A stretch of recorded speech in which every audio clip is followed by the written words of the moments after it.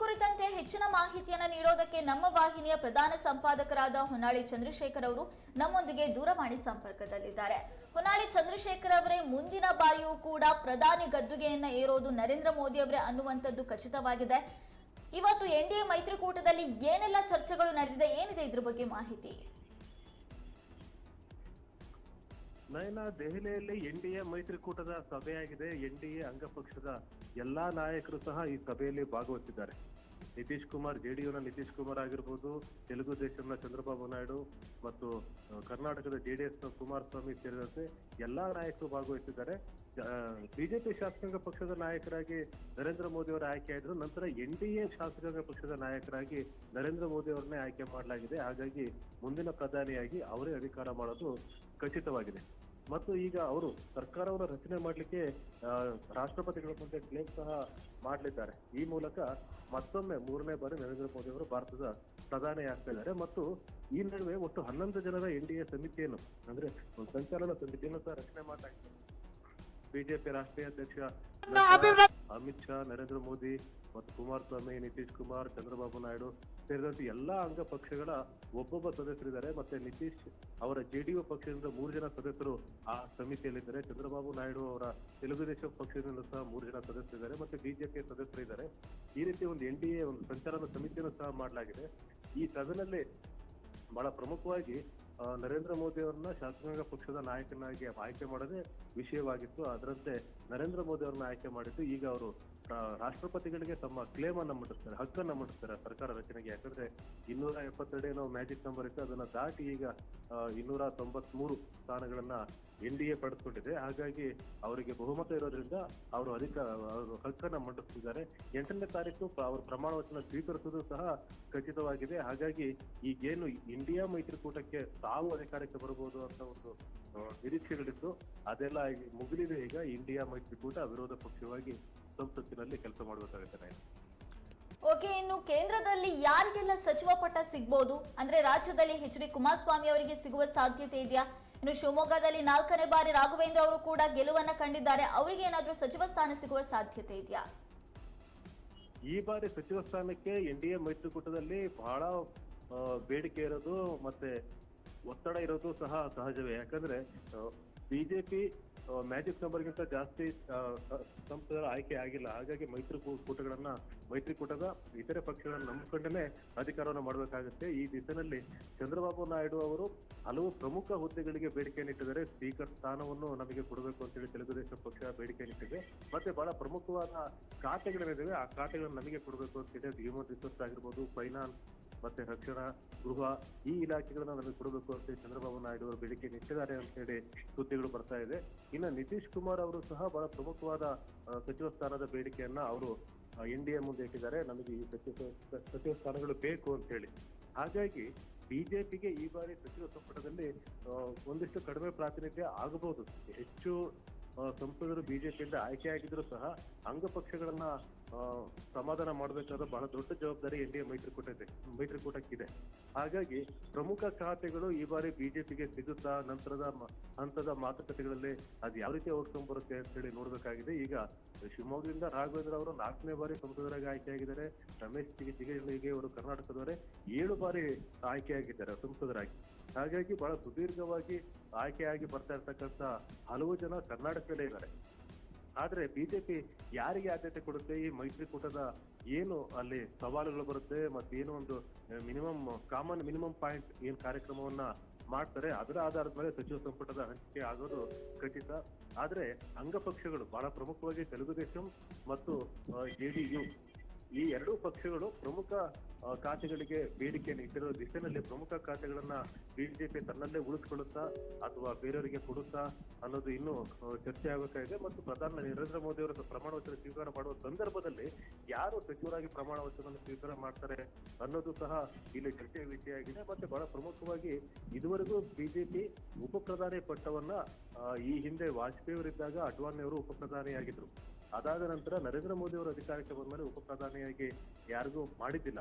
ಆದ್ರೆ ಈಗ ಮತ್ತೊಂದು ಪವರ್ ಸೆಂಟರ್ ಆಗುವ ಸಾಧ್ಯತೆ ಇದೆ. ಯಾಕಂದ್ರೆ ಅಂಗಪಕ್ಷಗಳು ಉಪ ಪ್ರಧಾನಿ ಪಟ್ಟಕ್ಕೂ ಸಹ ಬೇಡಿಕೆಯನ್ನು ಇಡಬಹುದು. ಅದರಲ್ಲಿ ಚಂದ್ರಬಾಬು ನಾಯ್ಡು ಮತ್ತೆ ನಿತೀಶ್ ಕುಮಾರ್ ಅವರು ತಮ್ಮ ಪಕ್ಷದವರಿಗೆ ಉಪ ಪ್ರಧಾನಿ ಪಟ್ಟವನ್ನು ಸಹ ಕೇಳಬಹುದು. ಆದ್ರೆ ಅದನ್ನ ಹೇಗೆ ಬಿಜೆಪಿ ನರೇಂದ್ರ ಮೋದಿ ಅವರು ಒಬ್ಬರೇ ಮುಖ್ಯಸ್ಥ ಸ್ಥಾನದಲ್ಲಿ ಮತ್ತೆ ಇನ್ನೊಂದು ಪವರ್ ಸೆಂಟರ್ ಆಗಬಾರದು ಅನ್ನೋ ದಿಶೆಯಲ್ಲಿ ಅಂಗಪಕ್ಷಗಳಿಗೆ ಹೇಗೆ ಒಪ್ಪಿಸುತ್ತೆ ಮನವೊಲಿಸುತ್ತೆ ಅನ್ನೋದು ಸಹ ಬಹಳ ಪ್ರಮುಖವಾದ ವಿಷಯವೇ ಆಗಿದೆ.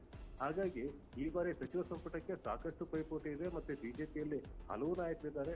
ಆದ್ರೆ ಬಿಜೆಪಿಯಲ್ಲಿ ಯಾರಿಗೆ ಆದ್ಯತೆಯನ್ನು ಕೊಡ್ತಾರೆ ಏನ್ ಮಾಡ್ತಾರೆ ಅನ್ನೋದನ್ನು ಸಹ ನೋಡ್ಬೇಕಾಗಿದೆ. ಮತ್ತೆ ಈ ಹಿನ್ನೆಲೆಯಲ್ಲಿ ಒಂದು ಯೋಚನೆ ಮಾಡಬಹುದು, ಮುಂಬರತಕ್ಕಂಥ ಚುನಾವಣೆಗಳು ಯಾವ ರಾಜ್ಯದಲ್ಲಿ ನಡೆಯುತ್ತೆ ಆ ರಾಜ್ಯಗಳಿಗೆ ಆದ್ಯತೆ ಕೊಡುವ ಅವಕಾಶ ಜಾಸ್ತಿ ಇದೆ. ಮತ್ತು ವಿರೋಧ ಪಕ್ಷಗಳು ಆಡಳಿತ ಮಾಡ್ತಾ ಇರ್ತಕ್ಕಂಥ ರಾಜ್ಯಗಳಲ್ಲಿ ಉದಾಹರಣೆಗೆ ಕರ್ನಾಟಕಕ್ಕೆ ಆದ್ಯತೆಯನ್ನು ಕೊಡಲೇಬೇಕಾಗುತ್ತೆ ಇಲ್ಲಿ. ಯಾಕಂದ್ರೆ ಕಾಂಗ್ರೆಸ್ ಅಧಿಕಾರದಲ್ಲಿದೆ, ಕಾಂಗ್ರೆಸ್ನ ಕೌಂಟರ್ ಮಾಡ್ಬೇಕಾಗತ್ತೆ, ಮತ್ತೆ ಇಲ್ಲಿ ಪಕ್ಷವನ್ನ ಬೆಳೆಸ್ಬೇಕಾಗತ್ತೆ. ಈ ಹಿಂದೆ ಬಿಜೆಪಿಯಿಂದ ಕರ್ನಾಟಕದಿಂದ 25 ಜನ ಸಂಸದರು ಆಯ್ಕೆಯಾಗಿದ್ರು. ಹಾಗಾಗಿ 4 ಸಚಿವ ಸ್ಥಾನಗಳು ಕರ್ನಾಟಕಕ್ಕೆ ಸಿಕ್ಕಿತ್ತು. ಸದಾನಂದ ಗೌಡ್ರಾಗಿದ್ರು, ಭಗವಂತ ಖೂಬಾ ಆಗಿದ್ರು, ಸಿದ್ದೇಶ್ವರ್ ಅವರು ಸಹ ಸಚಿವರಾಗಿದ್ರು. ಹೀಗೆ ಬಹಳಷ್ಟು ಜನ ಸಚಿವರು ಆಗಿದ್ರು ಹಿಂದೆ. ಆದ್ರೆ ಈಗ ಬಿಜೆಪಿಗೆ ಇಲ್ಲಿ ಸಿಕ್ಕಿರ್ತಕ್ಕಂಥ ಸ್ಥಾನಗಳು ಈ ಹಿಂದೆಗಿಂತ ಕಡಿಮೆ 16 ಸ್ಥಾನಗಳು ಸಿಕ್ಕಿದೆ. ಹಾಗಾಗಿ ಎಷ್ಟು ಸಚಿವ ಸ್ಥಾನವನ್ನು ಕರ್ನಾಟಕಕ್ಕೆ ಕೊಡಬೇಕು ಅನ್ನೋದು ಸಹ ಚರ್ಚೆ ಆಗುವಂತ ವಿಷಯ. ಇದನ್ನು ಖಂಡಿತವಾಗ್ಲೂ ಬಿಜೆಪಿ ಹೈಕಮಾಂಡ್ ಚರ್ಚೆ ಮಾಡಿರುತ್ತೆ. ಮತ್ತೆ ಹೊಸ ಮುಖಗಳಿಗೆ ಆದ್ಯತೆಯನ್ನ ಬಿಜೆಪಿ ಯಾವಾಗ್ಲೂ ಕೊಡ್ತಾ ಇದೆ. ಈಗ ರಾಘವೇಂದ್ರ ಅವರು 4 ಬಾರಿ ಸಂಸದರಾಗಿ ಆಯ್ಕೆಯಾಗಿರೋದ್ರಿಂದ ಮತ್ತೆ ಶಿವಮೊಗ್ಗದಿಂದ ಇದುವರೆಗೂ ಯಾರೂ ಸಹ ಕೇಂದ್ರದಲ್ಲಿ ಸಚಿವರಾಗಿ ಕೆಲಸವನ್ನು ಮಾಡಿಲ್ಲ. ಈ ಹಿಂದೆ ಯಡಿಯೂರಪ್ಪನವರು ಆಯ್ಕೆ ಆದಂತ ಸಂದರ್ಭದಲ್ಲಿ ಅವರಿಗೆ ಕೃಷಿ ಇಲಾಖೆ ಕೊಡಬಹುದಾ ಅಂತ ಹೇಳಿ ಒಂದು ನಿರೀಕ್ಷೆ ಇತ್ತು. ಆದ್ರೆ ಅವರಿಗೂ ಸಹ ಸಚಿವ ಸಂಪುಟದಲ್ಲಿ ಸ್ಥಾನ ಸಿಕ್ಕಿದ್ದಿಲ್ಲ. ಈಗ ರಾಘವೇಂದ್ರ ಅವರಿಗೆ ಅಂತ ಅವಕಾಶ ಸಿಗಬಹುದಾ ಅಂತೇಳಿ ಶಿವಮೊಗ್ಗದ ಮತ್ತೆ ಮಲೆನಾಡಿನ ಜನರ ಆಶಯವೂ ಸಹ ಆಗಿದೆ. ಆದ್ರೆ ಬಿಜೆಪಿ ಹೈಕಮಾಂಡ್ ಅಂತಿಮವಾಗಿ ಏನ್ ತೀರ್ಮಾನ ಮಾಡುತ್ತೆ ಮತ್ತು ಅಂಗಪಕ್ಷಗಳ ಬೇಡಿಕೆಯನ್ನ ಆಧರಿಸಿ ಸಚಿವ ಸಂಪುಟಕ್ಕೆ ಸದಸ್ಯರನ್ನ ಸೇರಿಸಬೇಕಾಗುತ್ತೆ. ಈ ನಿಟ್ಟಿನಲ್ಲಿ ಬಿಜೆಪಿ ಹೈಕಮಾಂಡ್ ಮುಂದೆ ಇದೆ. ಆದ್ರೆ ಮಲೆನಾಡಿನ ಜನರ ಮತ್ತೆ ಕರ್ನಾಟಕದ ಬಿಜೆಪಿ ಕಾರ್ಯಕರ್ತರ ಬೇಡಿಕೆ ಇದೆ. ಈಗ ಯಾರು ಹಿರಿಯರಿದ್ದಾರೆ ಮತ್ತೆ ಇದುವರೆಗೂ ಯಾರಿಗೆ ಅವಕಾಶ ಸಿಕ್ಕಿಲ್ಲ, ಜೊತೆಗೆ ಹೊಸ ಮುಖಗಳಿಗೆ ಆದ್ಯತೆ ಕೊಟ್ಟು ಸಚಿವ ಸಂಪುಟದಲ್ಲಿ ಅವಕಾಶ ಕೊಡಬೇಕು ಅಂತಕ್ಕಂಥ ಬೇಡಿಕೆ ಮತ್ತೆ ಒಂದು ಆಶಯ ಬಿಜೆಪಿ ಕಾರ್ಯಕರ್ತರದಾಗಿದೆ. ಆದ್ರೆ ಅಂತಿಮವಾಗಿ ಬಿಜೆಪಿ ಹೈಕಮಾಂಡ್ ಯಾವ ತೀರ್ಮಾನವನ್ನು ಕೈಗೊಳ್ಳುತ್ತೆ ಕಾದ್ ನೋಡ್ಬೇಕಾಗಿದೆ ನಯನ. ಇನ್ನು INDA ಮೈತ್ರಿಕೂಟ ಕೂಡ ಇವತ್ತು ಸಭೆಯನ್ನ ನಡೆಸಿದೆ. ಹಾಗಾದ್ರೆ ಆ ಸಭೆಯಲ್ಲಿ ಏನೆಲ್ಲ ಚರ್ಚೆಗಳು ಆಗಿರ್ಬೋದು, ಇದ್ರ ಬಗ್ಗೆ ಏನಾದ್ರೂ ಮಾಹಿತಿ ಇದೆಯಾ? ಈಗ ಇಂಡಿಯಾ ಮೈತ್ರಿಕೂಟದಿಂದ ಶರದ್ ಪವಾರ್ ಅವರು ಚಂದ್ರಬಾಬು ನಾಯ್ಡು ಅವರನ್ನ, ನಿತೀಶ್ ಕುಮಾರ್ ಅವ್ರನ್ನ ಮಾತಾಡಿದ್ರು, ಅವ್ರನ್ನ ಆಹ್ವಾನಿಸಿದ್ರು ಅಂತೇಳಿ ಹಿಂದಿನ ಚರ್ಚೆ ಇತ್ತು. ಅದನ್ನ ಶರದ್ ಪವಾರ್ ಅವರು ಅಲ್ಲಗಳೆದಿದ್ದಾರೆ. ನಾವು ಯಾವ ನಾಯಕರನ್ನು ಸಹ ಭೇಟಿ ಮಾಡಿಲ್ಲ, NDA ಮೈತ್ರಿಕೂಟದ ಯಾವ ನಾಯಕರನ್ನು ಸಹ ನಾವು ಮಾತಾಡಿಲ್ಲ ಅಂತ ಹೇಳಿದ್ದಾರೆ. ಇನ್ನೊಂದು ಬಹಳ ಪ್ರಮುಖವಾಗಿ ಎಲ್ಲರ ಗಮನ ಸೆಳೆದಿದ್ದು ಅಂತಂದ್ರೆ ಪಾಟ್ನಾದಿಂದ ದೆಹಲಿಗೆ ಹೋಗುವಂತ ವಿಮಾನದಲ್ಲಿ ನಿತೀಶ್ ಕುಮಾರ್ ಅವರು ಮತ್ತೆ ತೇಜಸ್ವಿ ಯಾದವ್ ಇವರಿಬ್ರು ಸಹ ಒಂದೇ ವಿಮಾನದಲ್ಲಿ ಪ್ರಯಾಣವನ್ನ ಬೆಳೆಸಿದ್ರು. ಆದ್ರೆ ಅಲ್ಲಿ ಇರ್ತಕ್ಕಂಥ ಮಾಹಿತಿ ಪ್ರಕಾರ ಅವರು ರಾಜಕೀಯದ ಬಗ್ಗೆ ಯಾವುದೇ ಚರ್ಚೆಯನ್ನ ಮಾಡಲಿಲ್ಲ. ಕೇವಲ ಕುಶಲೋಪರಿಯನ್ನ ಅವರು ಮಾತಾಡಿದರೆ, ಉಭಯ ಕುಶಲೋಪರಿ ಅಷ್ಟೇ, ಅದು ರಾಜಕೀಯದ ಬಗ್ಗೆ ಚರ್ಚೆ ಮಾಡಿಲ್ಲ ಅಂತಕ್ಕಂಥ ವರದಿಗಳು ಬರ್ತಾ ಇದೆ.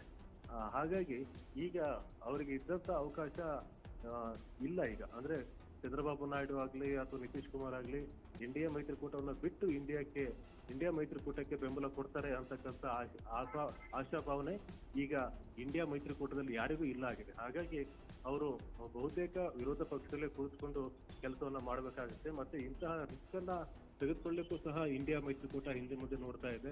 ಯಾಕಂದ್ರೆ ತುಂಬಾ ಕಡಿಮೆ ಅಂತರ ಇದೆ. 232 ಅಂತಂದ್ರೆ ಇನ್ನು 40 ಜನ ಬೇಕಾಗತ್ತೆ ಇಂಡಿಯಾ ಮೈತ್ರಿಕೂಟಕ್ಕೆ ಅಧಿಕಾರ. ಕೇವಲ 40 ಜನ ಸಿಕ್ಕರೆ ಸಾಕಾಗೋದಿಲ್ಲ, ಅದಕ್ಕಿಂತ ಒಂದು 15-20 ಬೇಕಾಗುತ್ತೆ. ಅಂದ್ರೆ 50-60 MP ಗಳ ಬೆಂಬಲ ಬೇಕಾಗುತ್ತೆ ಸರ್ಕಾರ ರಚನೆ ಮಾಡ್ಲಿಕ್ಕೆ ಈಗಿರ್ತಕ್ಕಂಥ ಸಂದರ್ಭದಲ್ಲಿ. ಹಾಗಾಗಿ ಮತ್ತೆ ನಿತೀಶ್ ಕುಮಾರ್ ಅವರ ರಿಜಿಡ್ನೆಸ್ ಮತ್ತೆ ಚಂದ್ರಬಾಬು ನಾಯ್ಡು ಅವರ ನಿಲುವನ್ನ ನೋಡಿ ಈ ರೀತಿ ತೆರೆಗಲ್ಲಿ ಕೆಂಡ ಇಟ್ಕೊಂಡು ಅಧಿಕಾರ ಮಾಡೋದಕ್ಕಿಂತ ವಿರೋಧ ಪಕ್ಷವಾಗಿ ಕೆಲಸ ಮಾಡೋದು ಸೂಕ್ತ ಅನ್ನುವಂತ ಭಾವನೆ ಎಲ್ಲಾ ಕಡೆ ಇದೆ. ಹಾಗಾಗಿ ಈಗ ನರೇಂದ್ರ ಮೋದಿ ಅವರ ನೇತೃತ್ವದಲ್ಲಿ NDA ಏನು ಸರ್ಕಾರವನ್ನ ರಚನೆ ಮಾಡ್ಲಿಕ್ಕೆ ರಾಷ್ಟ್ರಪತಿಗಳ ಬಳಿ ಹಕ್ಕು ಮಂಡಿಸ್ತಾ ಇದೆ ಅಂತ ಹೇಳಿ ಸುದ್ದಿ ಬಂದ ಮೇಲೆ NDA ಮೈತ್ರಿಕೂಟ ಬಹುಶಃ ಸರ್ಕಾರ ರಚನೆ ಮಾಡುವಂತ ಸರ್ಕಾರವನ್ನ ಉದ್ದೇಶವನ್ನ ಆ ಕೆಲಸವನ್ನ ಕಾರ್ಯಾಚರಣೆಯನ್ನ ಕೈ ಬಿಟ್ಟಿರುವ ಸಾಧ್ಯತೆ ಹೆಚ್ಚು. ಹಾಗಾಗಿ ವಿರೋಧ ಪಕ್ಷದಲ್ಲಿ ಕುಳಿತುಕೊಳ್ಳುವುದರ ಬಗ್ಗೆ ಅವರು ಚಿಂತನೆ ಮಾಡ್ತಾ ಇರೋ ಸಾಧ್ಯತೆ ಇದೆ.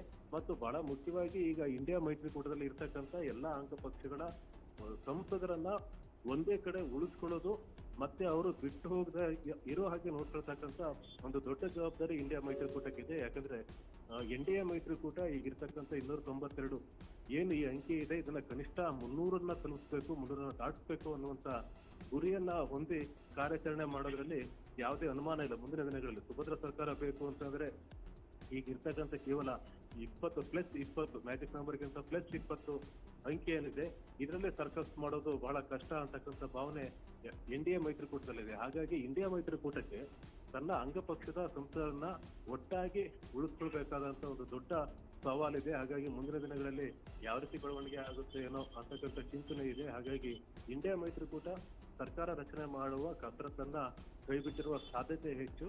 ಹಾಗಾಗಿ ಇದೇ ವಿಷಯ ದೆಹಲಿಯಲ್ಲಿ ನಡೆದಂತ ಇಂಡಿಯಾ ಮೈತ್ರಿಕೂಟದ ಶಾಸಕಾಂಗ ಪಕ್ಷದ ಸಭೆಯಲ್ಲಿ ಚರ್ಚೆ ಆಗಿದೆ.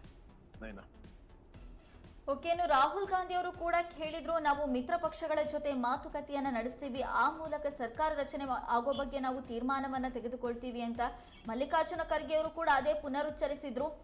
ಇದೀಗ ಇಂಡಿಯಾ ಮೈತ್ರಿಕೂಟದಲ್ಲಿ ಸಭೆ ಕೂಡ ನಡೀತಾ ಇದೆ. ಅಲ್ಲಿ ಸರ್ಕಾರ ರಚನೆ ಮಾಡುವಂತ ಸಾಧ್ಯತೆಗಳು ಕಡಿಮೆ ಇದ್ರು ಮುಂದೆ ಯಾವ ರೀತಿಯಾಗಿ ನಾವು ವಿರೋಧ ಪಕ್ಷವಾಗಿ ಎದುರಿಸಬೇಕು ಅನ್ನೋದ್ರ ಕುರಿತಾಗಿ ಯಾವ ರೀತಿ ಚರ್ಚೆಗಳು ನಡೀತಾ ಇರಬಹುದು?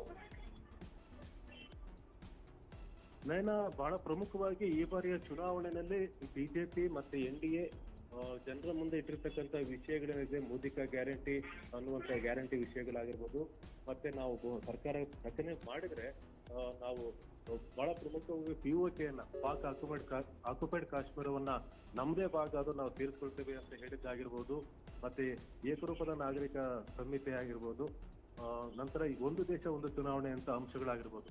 ಈ ಅಜೆಂಡಾಗಳನ್ನ ಬಿಜೆಪಿ ಮುಂದೆ ತರತಕ್ಕಂತ ಪ್ರಯತ್ನವನ್ನ ಮಾಡುತ್ತೆ.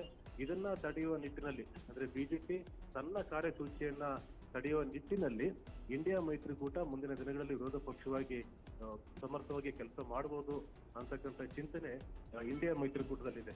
ಹಾಗಾಗಿ ಮುಂದಿನ ದಿನಗಳಲ್ಲಿ ಹೇಗೆ ವಿರೋಧ ಪಕ್ಷವಾಗಿ ಸಮರ್ಥವಾಗಿ ಕೆಲಸ ಮಾಡಬೇಕು ಅನ್ನೋದ್ರ ಕಡೆನೆ ಹೆಚ್ಚು ಕಾನ್ಸಂಟ್ರೇಟ್ ಮಾಡುವ ಸಾಧ್ಯತೆ ಇದೆ. ಯಾಕೆಂದ್ರೆ ಈಗ ಇಂಡಿಯಾ ಮೈತ್ರಿಕೂಟ ಸರ್ಕಾರ ರಚನೆ ಮಾಡಬೇಕು ಅಂತಂದ್ರೆ ನಿತೀಶ್ ಕುಮಾರ್ ಮತ್ತು ಚಂದ್ರಬಾಬು ನಾಯ್ಡು ಅವರ ಬೆಂಬಲ ಇಲ್ಲದೆ ಸಾಧ್ಯವೇ ಇಲ್ಲ. ಇನ್ನುಳಿದ ಬೇರೆ ಪಕ್ಷಗಳು ಬರ್ತವೆ ಅಂತಂದ್ರು ಅದು ಬಹುಮತ ಕೊಡ್ಲಿಕ್ಕೆ ಸಾಧ್ಯ ಆಗೋದಿಲ್ಲ. ಹಾಗಾಗಿ ಈ ಇಬ್ಬರು ನಾಯಕರು ಒಪ್ಪಬೇಕಾಗುತ್ತೆ, ಆಗ ಮಾತ್ರ ಇಂಡಿಯಾ ಮೈತ್ರಿಕೂಟ ಸರ್ಕಾರ ರಚನೆ ಮಾಡುವ ಅವಕಾಶ ಜಾಸ್ತಿ. ಆದ್ರೆ ಈ ಇಬ್ಬರು ನಾಯಕರು ಈಗ ಸ್ಪಷ್ಟಪಡಿಸಿದ್ದಾರೆ, ನಾವು NDA ಮೈತ್ರಿಕೂಟದ ಜೊತೆಗೆ ಇರ್ತೇವೆ ಅಂತ ಹೇಳಿ. ಹಾಗಾಗಿ ಇಂಡಿಯಾ ಮೈತ್ರಿಕೂಟಕ್ಕೆ ಸರ್ಕಾರ ರಚನೆ ಮಾಡುವ ಈ ಚಿಂತನೆಯನ್ನ ಕೈಬಿಡುವ ಸಾಧ್ಯತೆ ಹೆಚ್ಚು. ಮತ್ತೆ ವಿರೋಧ ಪಕ್ಷವಾಗಿ ಕೆಲಸ ಮಾಡ್ತಾ ಮತ್ತೆ ಇನ್ನೊಂದಿದೆ, ಈ ನಿತೀಶ್ ಕುಮಾರ್ ಆಗ್ಲಿ ಮತ್ತೆ ಚಂದ್ರಬಾಬು ನಾಯ್ಡು ಆಗ್ಲಿ ಅವರು ಈಗ ಇಟ್ಟಿರ್ತಕ್ಕಂಥ ಬೇಡಿಕೆಗಳು, ಮುಂದೆ ಇಡಬಹುದಾದ ಬೇಡಿಕೆಗಳು, ಮತ್ತೆ ಏನು ವೈಚಾರಿಕವಾದ ಭಿನ್ನಾಭಿಪ್ರಾಯ ಇದೆ ಬಿಜೆಪಿ ಮತ್ತು ಈ ಎರಡು ಪಕ್ಷಗಳಿಗೂ, ಅದನ್ನ ಮುಂದಿನ ದಿನಗಳಲ್ಲಿ ಹೇಗೆ ನಿಭಾಯಿಸುತ್ತೆ ಬಿಜೆಪಿ ಅದನ್ನೆಲ್ಲ ನೋಡಿ ಸರ್ಕಾರ ಅವರು ಹೇಗೆ ಸುಲಭ ಸಾಧ್ಯ ಇಲ್ಲ NDA ಮೈತ್ರಿಕೂಟಕ್ಕೆ ಇಂಥ ಅಂಗ ಪಕ್ಷಗಳನ್ನ ಜೊತೆಗಿಟ್ಕೊಂಡು ಮತ್ತೆ ಬಹುಮತವನ್ನು ಸ್ವಂತವಾಗಿ ಪಡೆದಿರ್ತಕ್ಕಂಥ ಈ ಪರಿಸ್ಥಿತಿನಲ್ಲಿ ಈ ನಿಟ್ಟಿನಲ್ಲಿ ಇಂಡಿಯಾ ಮೈತ್ರಿಕೂಟ ಕಾದು ನೋಡುವ ತೀರ್ಮಾನಕ್ಕೆ ಬರುವ ಸಾಧ್ಯತೆ ಹೆಚ್ಚು. ಈಗಾಗಲೇ ಹಕ್ಕನ್ನ ಕ್ಲೇಮ್ ಮಾಡ್ತಾ ಇರೋದ್ರಿಂದ ನರೇಂದ್ರ ಮೋದಿ ಅವರು ಮತ್ತೆ ಪ್ರಮಾಣ ವಚನಕ್ಕೂ ದಿನಾಂಕ ನಿಗದಿಯಾಗಿರೋದ್ರಿಂದ ಸರ್ಕಾರ ರಚನೆಯ ಸರ್ಕಸ್ ಅನ್ನ ಕೈಬಿಟ್ಟಿದ್ದಾರೆ. ಓಕೆ, ನಿಮ್ಮೆಲ್ಲ ಮಾಹಿತಿಗಾಗಿ ಧನ್ಯವಾದಗಳು.